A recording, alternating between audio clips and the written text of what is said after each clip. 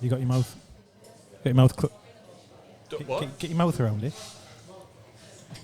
Oh, that's Come it. in closer. Yeah, that's it. Yes. That's it. Oh, Mum listens to this. What? Oh, Mum listens to this, so behave. You need to get your mouth in closer. Oh, Mum.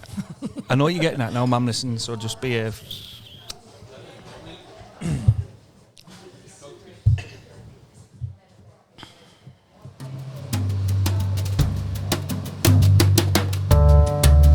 Hello, this is the Everyman Can podcast. Podcast based on mental strength, how we can use it in our everyday lives. Interviewing local people, using their experience, their wealth of experience through their personal journeys and their own professional journeys, how they use it for themselves, how they use it for other people, and hopefully you can take something from it. We hope you enjoy. Alright, boys. Hello everyone, welcome to another episode of the Everyman Can podcast. We are situated today in what I would describe as a very beautiful coffee shop in Norton, in Stockton-on-Tees. Been kindly hosted by Rountons Coffee, and they've been nothing but brilliant with us. They've fed us, they've given us coffee, soft drinks, and we only came in the other day to ask, didn't we? And they've been absolutely brilliant, so thank you to them. To be fair, Rountons have got a history of being a very kind of community orientated, like with the cafes in the area as well. And they've just told me they've only just closed down like a week ago in Middlesbrough. Yeah, so everyone's struggling. Yeah, everyone's struggling, but things it's just waiting for that turning point when things start to pick back up again, which they will. They will. They will, and hopefully they will for them. So today, excuse me, got a cough. Excuse me. So today we're doing a review between the three of us. No guest today. Yeah. We're going to review the podcasts that we've done and see what we've took from each one. And that's right, Matty. And we're going to speak a little bit about ourselves as well. Including Matt Sterling. And me as well. Am I right? I'm going to have a chat today. Bloody hell. You're my right-hand man today. So, I haven't seen... Well, we kind of like... We catch up on voice notes and the group, but how are we all? I know I've had a lot on, mentally. Stuff that I haven't really spoke about, but I opened up to you last week about some stuff. But how are you? I think the difference between our voice notes and this podcast would be a bit of a different end of the spectrum. I think we'd lose a lot of listeners. We would. What do you mean? We would, but them voice notes are important, and I enjoy them. Some of them are serious. Some of them are just I don't know, a bit daft, aren't they? So they wouldn't be good on here. Some of them. I think they're not some of them. No, they'll be highly inappropriate. That's fine. Absolutely. I'm but okay with that. It keeps us going because that's what Matt's asking. How have we been? Richie, you go first. Well, it's nothing that would get me arrested, put it that way. But I just go. Just the way we speak to each other on WhatsApp. Yeah, but it's important because it's fragrant. There's some lads' WhatsApp groups that I'm part of that, but yeah. I think the three of us know, like, you had a quiet week the other week, Matt. I did. And busy.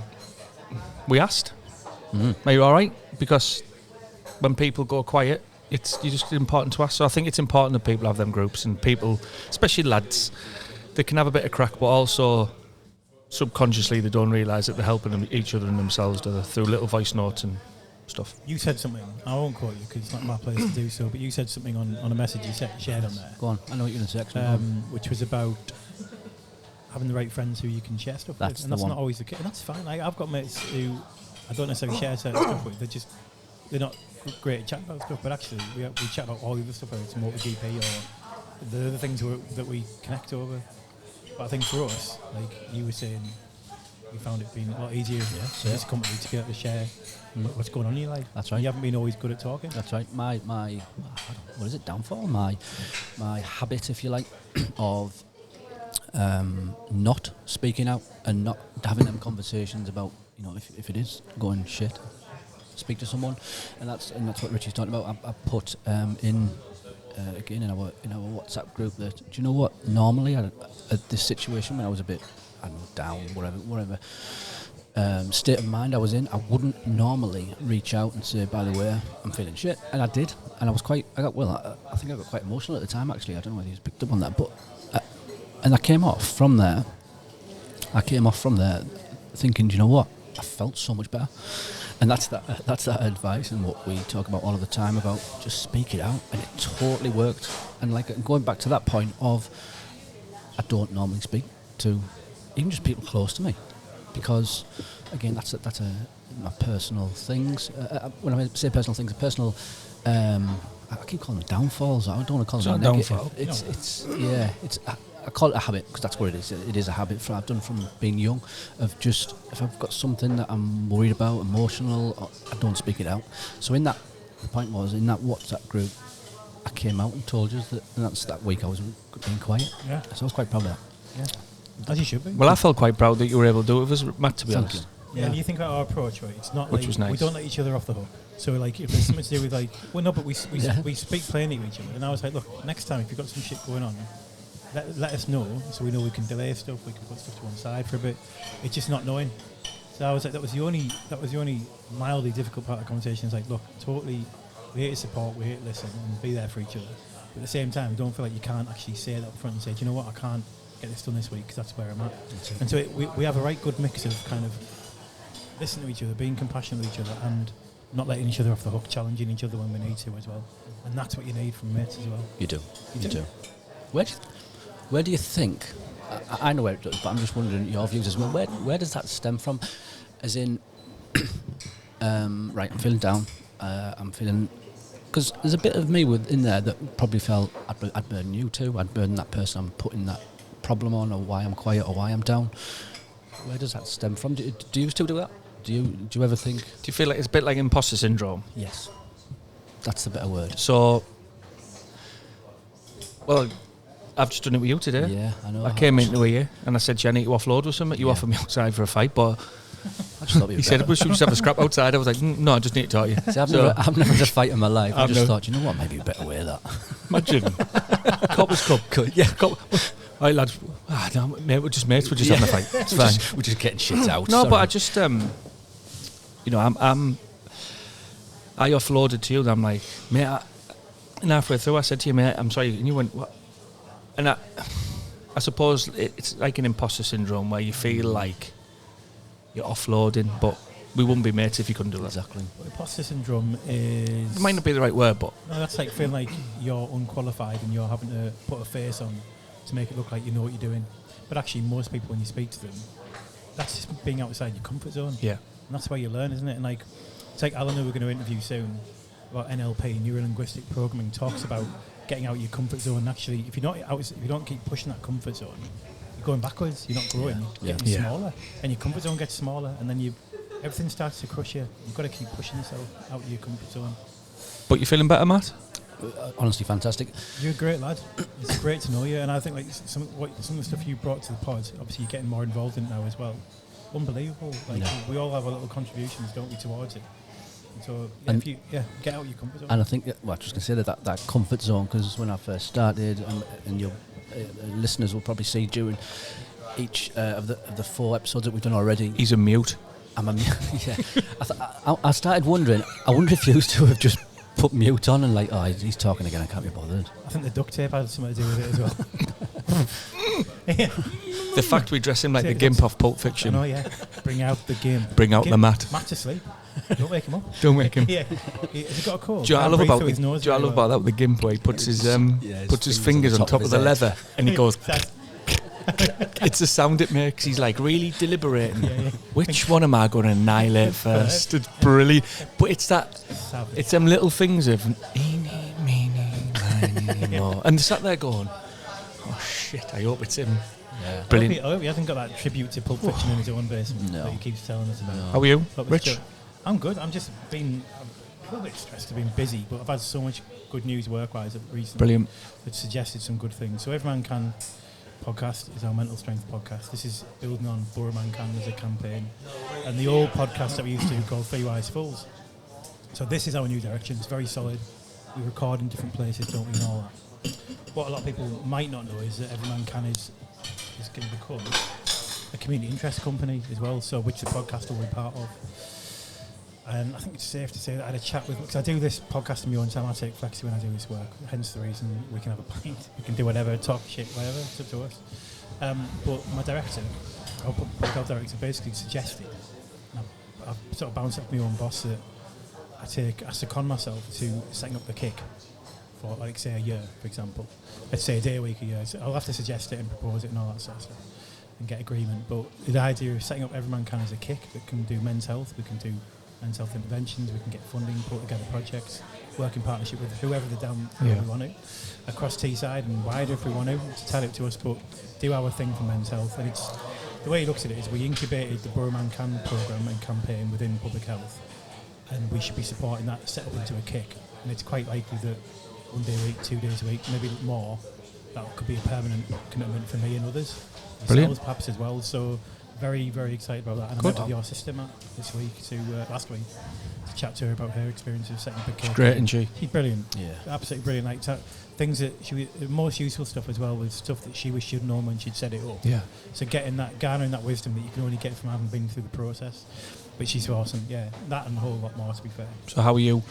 Personally, I'm great. I've just come off my just on the slight come down from wedding celebration in the Lakes. Yep. Marrying my wonderful wife Bex, and fantastic, mate. We've been happy as Larry, and it's been great. Like, we had a weekend at the Lakes where we had a film night on Friday showing Jurassic Park and The Matrix, my favourite film, Bex's favourite film, and then we did like a hide out the boat on Ullswater. Had a right drink and a quiz on there, didn't we? In the rain, but it went nice. And then had a great day on the night with loads of 90s and 80s tunes and loads of Manchester. I even had a little dance. He did. With Stone Roses, if I remember right. Fool's Gold. Best funk record ever written. Oh, man. I knew he couldn't not get up to that. I'd walked over, poured myself another rum and coke. Yeah. Large one. Boom, boom, boom. I made that was it. And Richie looked at me. Is he dancing? I was like, if you ever he kept his back to the listen, wall. Yeah. I don't know. Read that how you want, but anyway, and he could see the whole room. He was just doing all this kind of thing, arms up, just about sort of chest level, just bouncing around like bears. Fucking horrendous. Wow. The thing is, if you ever want to see me dance, Sunday nights. I love a Sunday afternoon, Sunday evening in my kitchen. Yeah, I was going to say your kitchen. Yeah, man. Tunes on. Just all come round your kitchen. Yeah, I just come to my back door and I'll peek through. So that was good. And then we did a walk up to Helvellyn, to Red Town under Helvellyn. We did a dip on the Sunday. So good. Cold dip. No, it was good, mate. The Saturday was fantastic. And I said it was nice to be at a wedding, which was so laid back, warm, inviting, be who you are, doesn't matter. So when we were on the boat, people then got off the boat dressed as, like you would in the lakes, walking gear or whatever they'd done. Some people went back and got changed, but we headed straight into Village Hall and in the same clothes, and there was people someone brought the dog, and it was just lovely. And I might be a bit controversially, but to be at a wedding where there was no Class A drugs, there was no groups of people going in and out the toilets, coming out with eyes as big as saucers and just being bellends. Anyway. I've been to too many weddings that does my head in. Everyone had a drink, everyone had a dance, everyone knew it was a safe space. People went on the karaoke, and honestly, I'm not just saying it. It was a beautiful, warm, lovely day. Not as in the weather, but just the atmosphere and. We had a great time. Yeah, the love and the warmth of people. Yeah. We sent a playlist through, like, these are 25 songs, 30 songs that have to be played. When we'd invited people, we'd ask them to say a song that they'd like to have and a karaoke song they'd like to sing. I never got that. So we had an absolute playlist that you had to get through. So we knew that there was a song there for everyone. You never got that. And then never got that. And then we just like grouped it up and said, look, these are the songs, these are the type of music we want. And he's just brilliant. This Scottish DJ travelled down from Gretna Green. He was the fucking bomb. Yeah, good, wasn't he? Yeah, he was brilliant. Absolutely brilliant. But the vibe was great. He wasn't like one of them DJs who goes, "Oh, come on, kids, let's do a quiz." Yeah. Scream if you want to go fast. I once went to a kids' party, right? On about DJs. Presumably with your kids. Yeah. Was it Ivy or it was one? I can't remember which one of my kids it was. It wasn't one of my other ones. I forgot about. No. He's just trying to remember ones he's not allowed to name on the pod. And sat there with all the parents, and quite an antisocial bastard at times. Like they talk about school. At times. Yeah. So I sat me on red hot inside this pub. DJ does a hide and seek quiz with the kids. I'm becoming more increasingly concerned, right? Oh, no.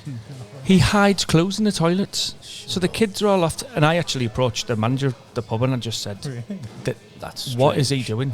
Yeah. What is he doing? Like he's coming to the toilets while I hide a quiz question. I was doing the conga. And he's he's been doing that conga for 12 minutes now. And honestly, I was like, yeah. So he wasn't that type of DJ. I just thought it was just really. What are you laughing at? That's it. It was fucking mental. Name drop. Mate, if I'd knew his name, I was in the police at the time. He'd have been come with me. Anyway, off course. I just hope all the prizes were claimed in an appropriate manner.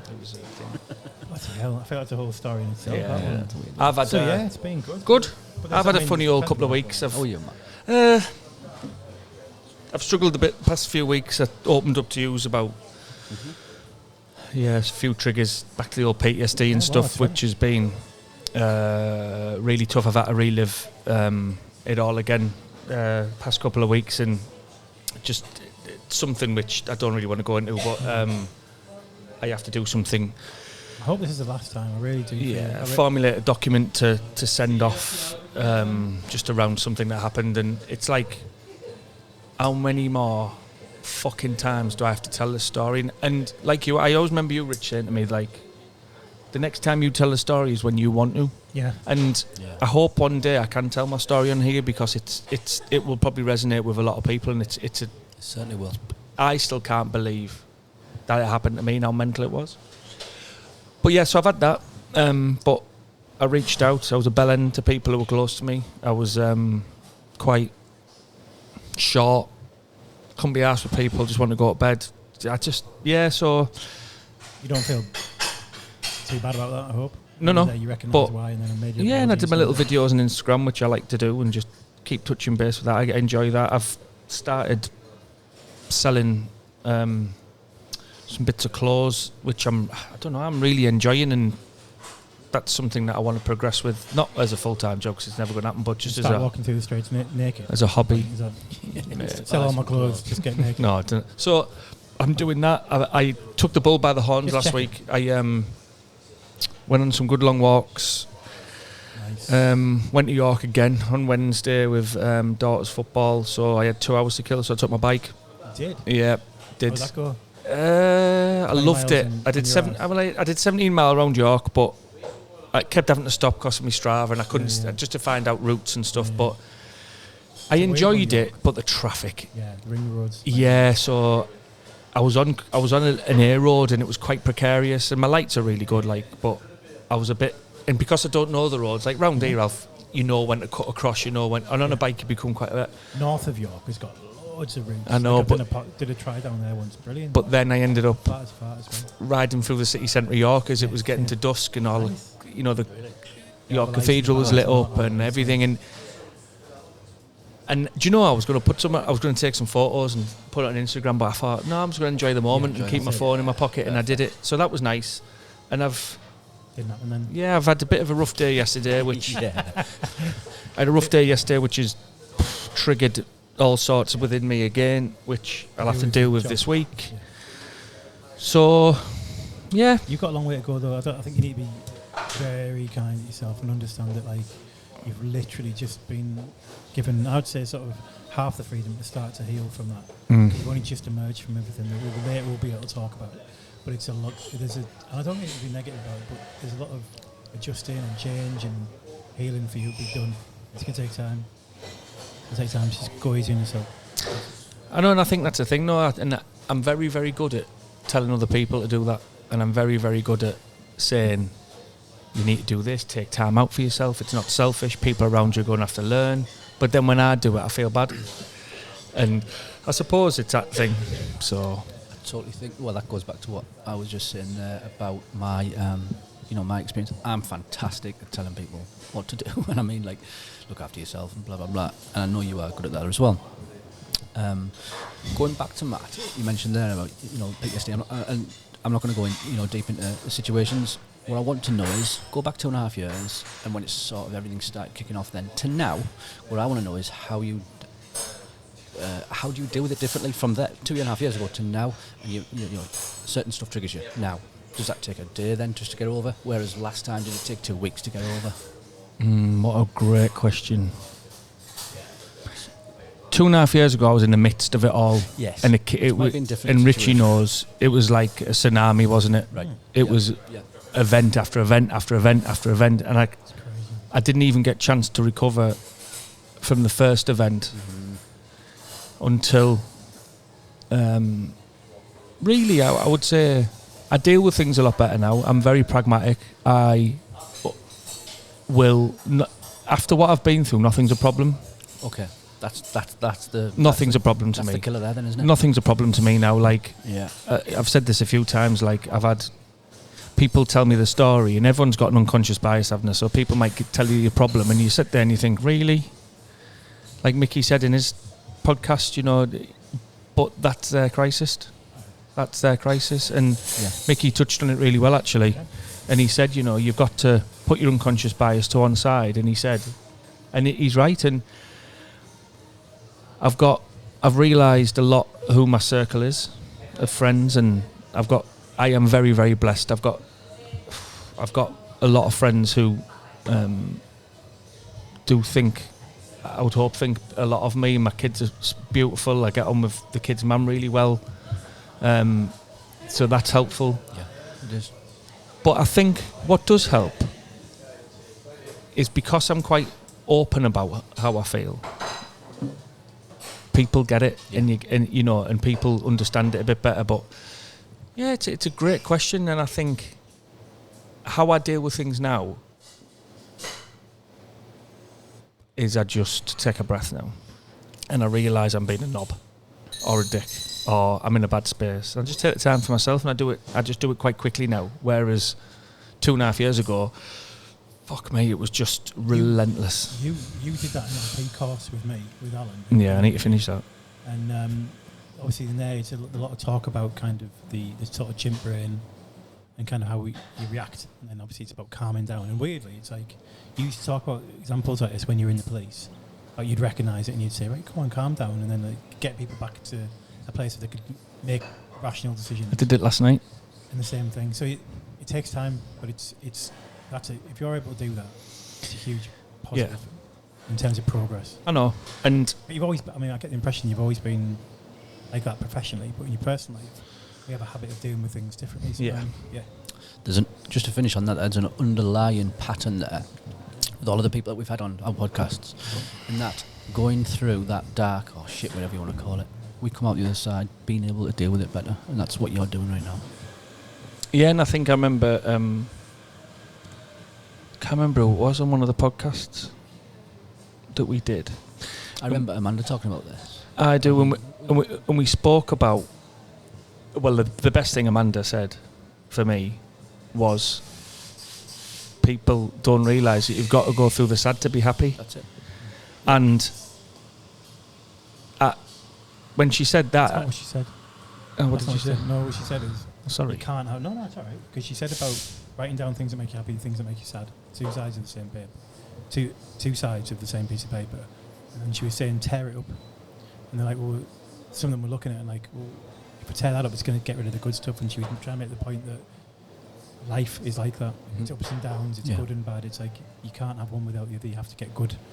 Yes, good's always good, but you've got to get good at dealing with the bad as well. That was what she was saying. And I agree with her. But I know that babies, for example, don't really have any filters for like what's good, what's bad, but they cry when they're hungry and so on. They might cry if they're sad. Might they're in pain or something. But as we get older, we have different things that can bother us, and that's what she was saying, I think. Yeah, and I think, am I glad I went through what I've been through? Yes. Because it's got me out of two situations that I needed to get out of. Yeah. One being a relationship and one being ultimately the police. And for as sad and as hurtful as everything is, you become so much stronger and so much more pragmatic and calmer. And I do take a lot of pride in myself around how I dealt with things in them 2.5 years. And obviously we hadn't reconnected then, and Richie saw it a lot, and I was calm. Okay. Very calm considering. And I managed to just keep, not a level head, because if you'd have seen inside of my head, it was like a box of chimpanzees, but on the outside, and my persona and my attitude throughout all the adversity was just stay calm, don't get angry, remain focused. It'll all end soon. And it did. And it's sad, but ultimately, I think, and this is what I've took from every podcast that we've done so far and all the guests that we've had, they've all said the same thing. Mm-hmm. It comes to an end eventually. Because if you want, you have two choices, don't you? You either, I could still be crying and upset and kicking off, but if you don't want to live like that, it does come to an end, and it's how you deal with it. And every guest has said that. You're ready to move on. And the thing is, when you're being held back and you're being, it's things that are outside of your control, you're actually making things worse for you in that time. It's very, very difficult. See, the thing is, to get like purpose in life is to give yourself a goal. Mm-hmm. When you've got a goal, you've got something hopeful, and when something is, that's like the light can be the light at the end of the tunnel. Yeah. For you're in a dark place, literally with no exit clear to you. So you had that lack of a goal. When you take that hope away from people, you can't go back, you can't go forward. That can be quite dangerous. And I know that's something worth. It's just the smallest chink of light, hope, a goal, purpose can be so powerful. Well, it is, and I did a lot of soul searching, research, and I spoke to you a lot about the Buddhism stuff I was looking at, and it does make sense because it's all about karma, it's all about manifestation. And touching on the manifestation stuff, that is powerful stuff because I do that now. I picture what things are going to look like, and generally it works out. When that does, I don't know. But it's like law of attraction, isn't it? Yeah. You set your sights on something. But I wish I'd, the first podcast we did is Every Man Can with Amanda. She had some techniques that she was given to the prisoners and stuff around anxiety, and I wish I'd known them then. So she mentioned the 5, 4, 3, 2, 1. Absolutely. The 5 things you can see, 4 things senses, you can touch, and the 3 you can which hear. It brings you back into that moment. And it brings you down. And even, Amanda, I'm feeling anxious. She said, go and splash some cold water on your face. Breathe. And breathwork. Yeah. Absolutely. You can do finger holds. Yeah. All sorts of things. We grab your fingers, plant them into your palm, release the tension on that as well. And I thought what she said around that was really fascinating, and I wish I'd known it then. But so important. Yeah. But you. So, I mean, it's weird in the professional life how you can be, and I can relate to being good at calming other people down, but then having a fight with myself in my own head as well at the same time. Yeah. But then, everyone can experience that at some point. Like this whole thing about anxiety, for example, big problem is that, especially with some young people, that might be that they get anxious and they think they've got anxiety. Well, no, it's a normal reaction. It's usually a flag to you. It's often a flag to yourself to say, it's body's defence. It's exactly. Body's defence. That's exactly it. You're a threat. There's a threat somewhere, but is it a threat? Is it perceived to be a threat, or is it not? And I think remember Aaron talked about that from Conscious Man. He was actually talking about having those feelings, like being as a younger man and not really being able to understand it. But he looks back on it now and he understands it quite a lot, doesn't he? That was a great interview. I mean, we're only 4 interviews in. We've had Conscious Man, Aaron. Mm-hmm. We've had Amanda Chalmers talking about trauma informed. We've had Jamie Sadler. Pie Club. That we haven't released yet. That's coming soon. I say that's coming soon as we record it today, but that'll be out a week on Sunday. Oh, I like what you did there. You'd have to think. No, and so when people hear this, Jamie Sadler will be out. Oh my God, I'm having to do some mental arithmetic here. But yeah, so he was fantastic. And Mickey Nicholas. And Mickey Nicholas. And all of them together, I think we've been very, very fortunate. All different examples, but the way they answer mental strength differently. Like, what is mental strength to you? And you get these personal answers that related to them, their experiences. For Mickey, it was very much about up against racism, up against kind of.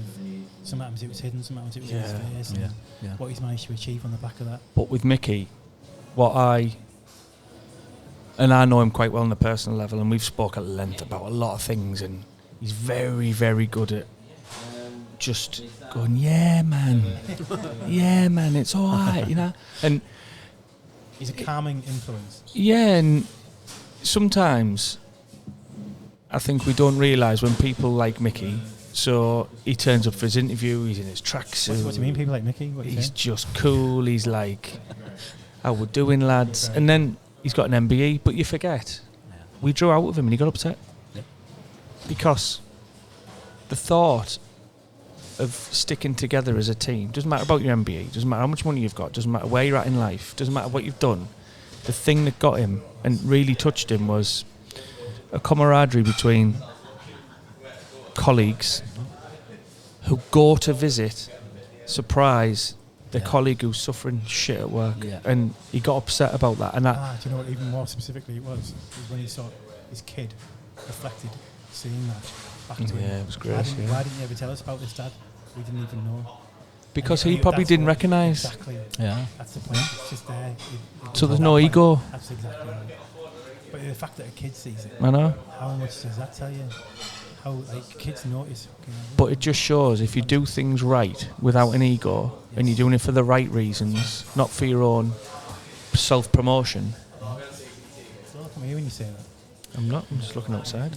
It just shows you that the people who are around you care. I mean, I helped someone last night. I'm not going to go into it, but it took time away from my daughter, and my daughter texted me and said, "Are you all right?" And I just said, "Yeah, I don't know how long I'll be." She said, "It's fine. You're just trying to help someone." Nice. She's 13. Yeah. They get it, man. They do get it. But with Mickey, that was a really, really good thing. Should we have a quick break? We'll come back and have a chat about how the hell we ended up doing this damn thing. Yeah, man. All right, 2 seconds. Now then, we hope you're enjoying the pod. Just a little break to tell you about Every Man Can. You can find us on your usual social media platforms. You can find the podcast on wherever you get your podcasts from. We don't care as long as you listen to it, you enjoy it, you get something from it, and you pass it on to your mates. Enjoy the interview. Let's get back to it. So Jamie Sadler? Jamie Sadler. His podcast, when we're recording this, his podcast will be out this Sunday, which will be... Oh my God, I can't even do that. 6th of November, I think. Yeah. Sunday, 6th. And basically, Jamie Sadler is from an organisation called Men's Pie Clubs, and he's basically worked with Movember organisation, the International Men's Health Organisation, to develop and fund and work with a big partner locally who I can't quite announce yet, I don't think. No. Although I think it is official now, but then they're going to be rolling out 10 men pie clubs now for definite. Wow. Across Tees Valley. So we'll get him back on later on to talk about that when it actually comes out. What we're going to do is record a podcast in the future from one of those pie clubs. Yeah. Jamie is fucking brilliant. One of the things that happened with Jamie when we were chatting to him was that he talked about a realisation while he was doing Men's Pie Club and developing it, that he realised that he was another young man, that we'd reflected back to him that when we were young men, we didn't see this sort of stuff, wasn't talked about as much. And he realised that when he came back from uni, he felt quite isolated and that he actually really struggled. And he hadn't really put two and two together. And that wisdom, so I think we were talking about what you'd say to your younger self if you could go back and have a chat to yourself. Although I've always argued that your younger self wouldn't listen and tell you to fuck off and say, like, I know better. It's kind of the problem, it's kind of the human condition, isn't it? And that's what he was saying. So much fantastic wisdom. Well, what got me with him was he said to me afterwards, he said, I've opened up a bit in there and I didn't realise. Sorry. And then he opened up on a bit of his own journey and he said, I've never done that before. And I don't know whether we drew it out of him. I just think he felt really comfortable chatting away and stuff. And I thought, do you know what? Sometimes when we're interviewing people, you know, they haven't got an agenda around there, but we've contacted them or they've contacted us because I'll tell you when. They're using it. When it happened. Do you know which part of the conversation it was? Go on. It was we'd asked him. One of us had asked him why is he doing this? Not because he's quite like an entrepreneur. Yeah. Jamie, he's had other businesses before and successful, Food Nation and so on. He's like, why are you doing this then? Like, what is it that's particularly interesting about this? And he sat back, and that's one of the things he thought about, basically. And it's because it reached into something within him, within you, which is your own personal experience. And that's empathy, that's compassion, isn't it? You have to. Yeah, he was. So you have to reach into something in yourself. Enjoyed that. You'll enjoy that one because I think. Oh, Jamie's lovely, lad. Yeah, man. It was really good. We're very lucky to have him coming into the Tees area. Yeah. He could have gone anywhere in the country. There's plenty of other areas that have sort of, if you like, have got issues around poverty and stuff, and that's where the funding goes. But no, he decided to come here. I think there's a lass who works with from November called Tracy Hurd, who used to work at Men's Health Forum, and she worked with me and a colleague of hers, Graham, to put together our men's champion training that we are going to transfer to Every Man Can Kick and start delivering as well. So hopefully we can do that to workplaces and all that kind of stuff. But Tracy Hurd, I think, probably knew about tees. She knew about some of the issues we've had up here and the fact that we had a men's health plan. That's why this stuff works. Years later, it comes back. It comes back to you. It does. Do you know one of the things that I wanted to talk about in today, while we've got 10 minutes left, was a minute each to explain about how on earth... A minute? A minute. Us in three? a minute. Well, he can do it in 10 seconds. I can do it in 10, he can do it in 15 minutes. Fucking hell, introduction. He can do it in 15 minutes. Yeah, that's his introduction, though. We've got literally 9 minutes. Go on, then. How did you, I just thought, people don't really... People might be new to the pod. Obviously, the new podcast has attracted a lot more interest, and particularly thanks to Matt's doing some of his sterling work on social media. Matt Sterling. I like that. You get it? There. Yes, I do. It's wrong spelling. Carry on. Sterling work by the Sterling. Oh, so anyway, and so they might not know who we are, how we've ended up doing this, and so on. So I wanted to invite the two of you and myself, I guess, to just explain that. I got involved with the what was then the Borough Man Can campaign. 55. Saw it in a magazine at work, in the Love Middlesbrough magazine. I thought, I like that, Borough Man Can. I'd had some struggles and of my own, and I got in touch with you. We spoke for over an hour on the phone. Typical. Which, yeah. And we met and I told my story, and I wanted to get involved because I just think I'm a Teesside lad, a lad who struggled. I'm, 40-odd-year-old, and if I can talk and help, hopefully others will. Yeah. And it's rolled on from there. Then I discussed to you about, I see this as a podcast. I saw it as a sort of radio podcast sort of platform. And how we're doing it now is how I've always wanted to do it. I think it's like everything, you get things wrong and you learn as you go. But I got involved with the ultimate aim of telling my story, helping others, and I love the content. I love speaking about it. If I could, I'd do this every day. Fantastic. Matt. Sterling. We only got him involved because he's good with social media. That's it. Bye. That's it. Bye. Thanks. That was less than 10 seconds as well. I didn't even say anything. That's not new for you, Matt. How did you get involved? How did you get involved, Matt Sterling? I didn't know you. Just social media, mate. No. That's one of the benefits you brought with you. Do you know what? So I've known Matt. The other Matt. There's two Matts. Matt Holman. I'm one.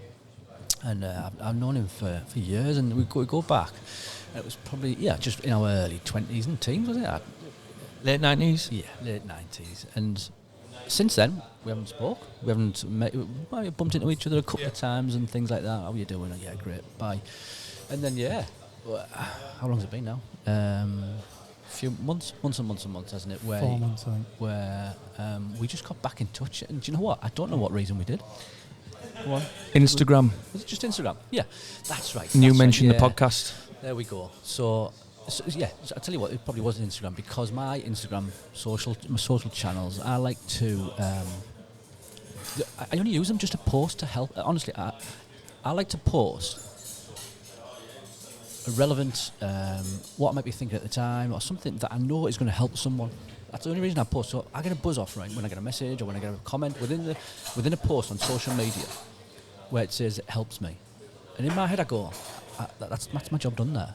Because that's all I want to do. Not all I want to do, but I want to help people, because I've been there. We've all been there. We've all had our struggles, and hopefully our different stories will come out over the months of doing podcasts. And this is exactly what I've just said there.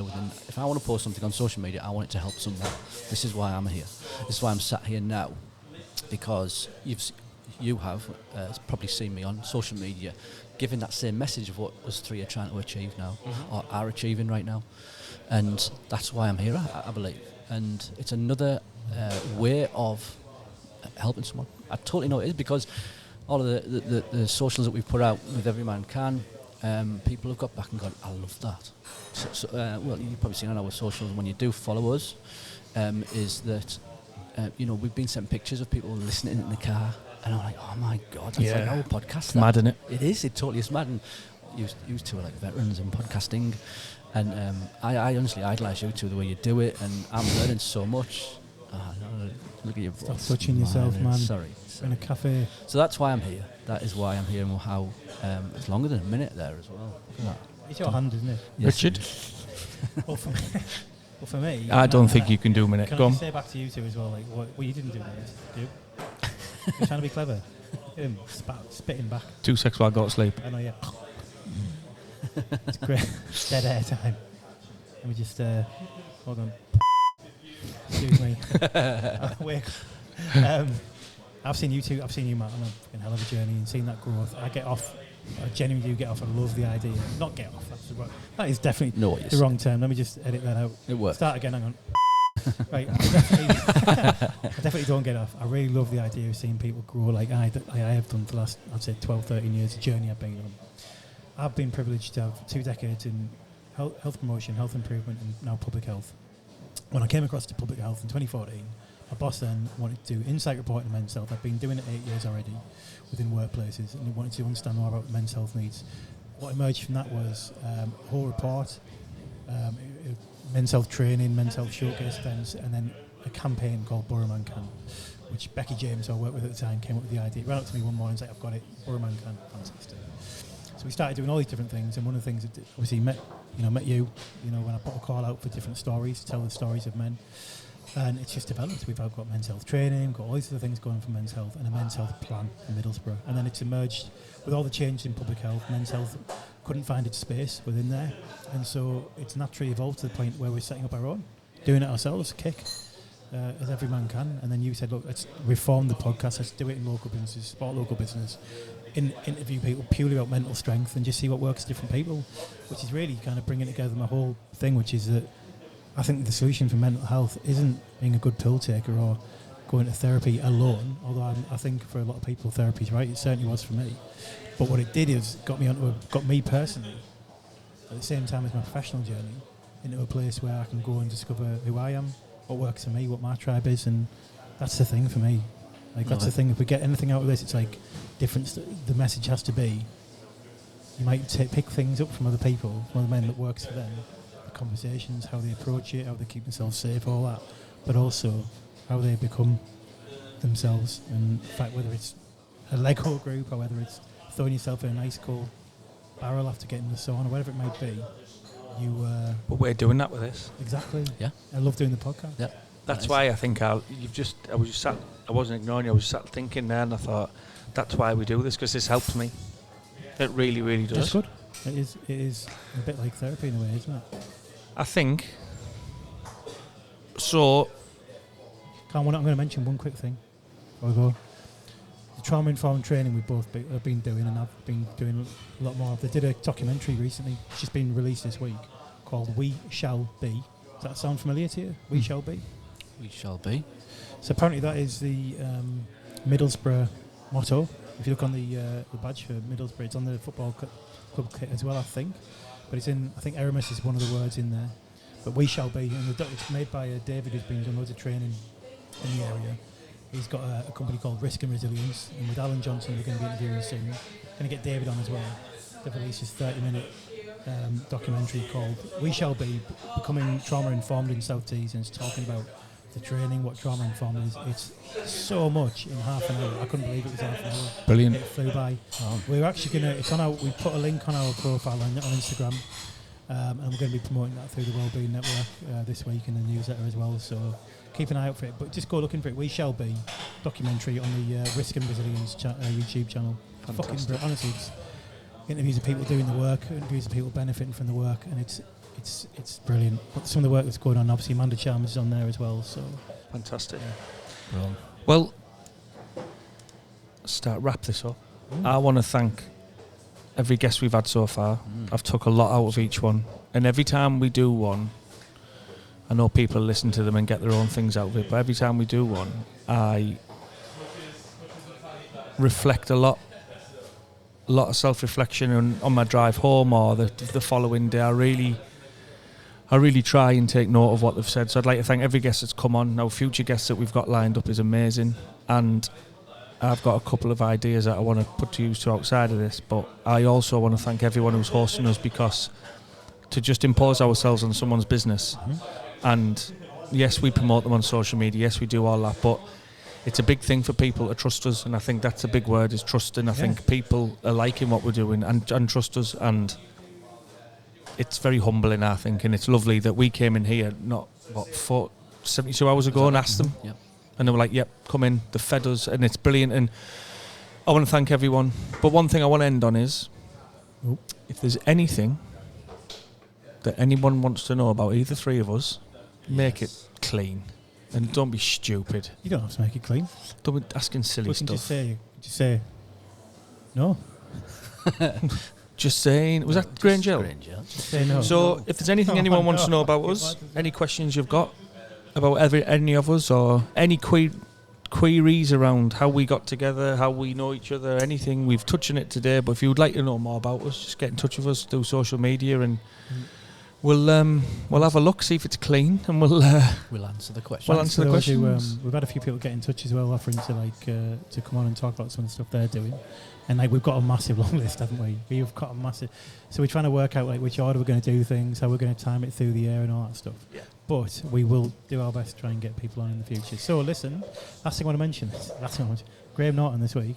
It's Friday. Arnold Schwarzenegger was on it, and it's one of the best episodes of Graham Norton I've ever seen. It's hilarious. Oh mate.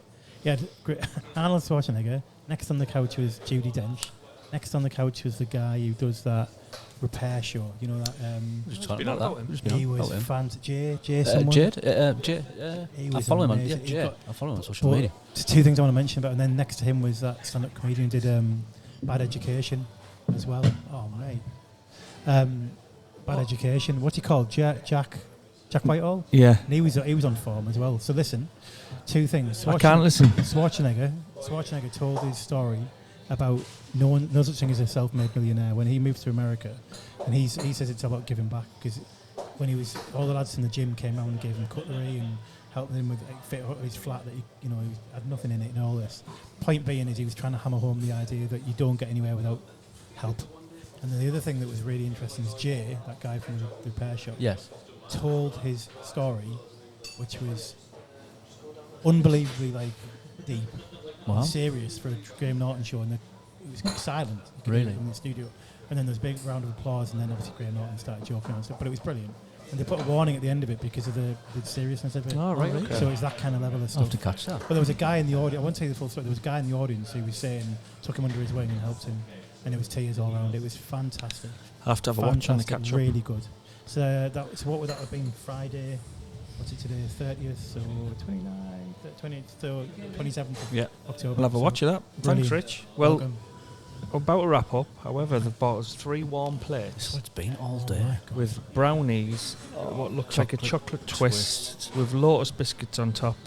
So we're going to self-indulge in these. Thank you very much for listening. Thank you very much for caring about us. Thank you very much for supporting us. Thank you very much just for everybody who listens to us. Honestly, thank you. It's humbling and it means a lot to all of us. And we'll keep going as long as you keep listening. Yeah, look after yourselves in the forthcoming weeks. The dark nights are coming. Don't get stressed about Christmas. Don't get stressed about money. It all sorts itself out. Look after yourselves. Well said, man. Well said. Beautiful. Cheers.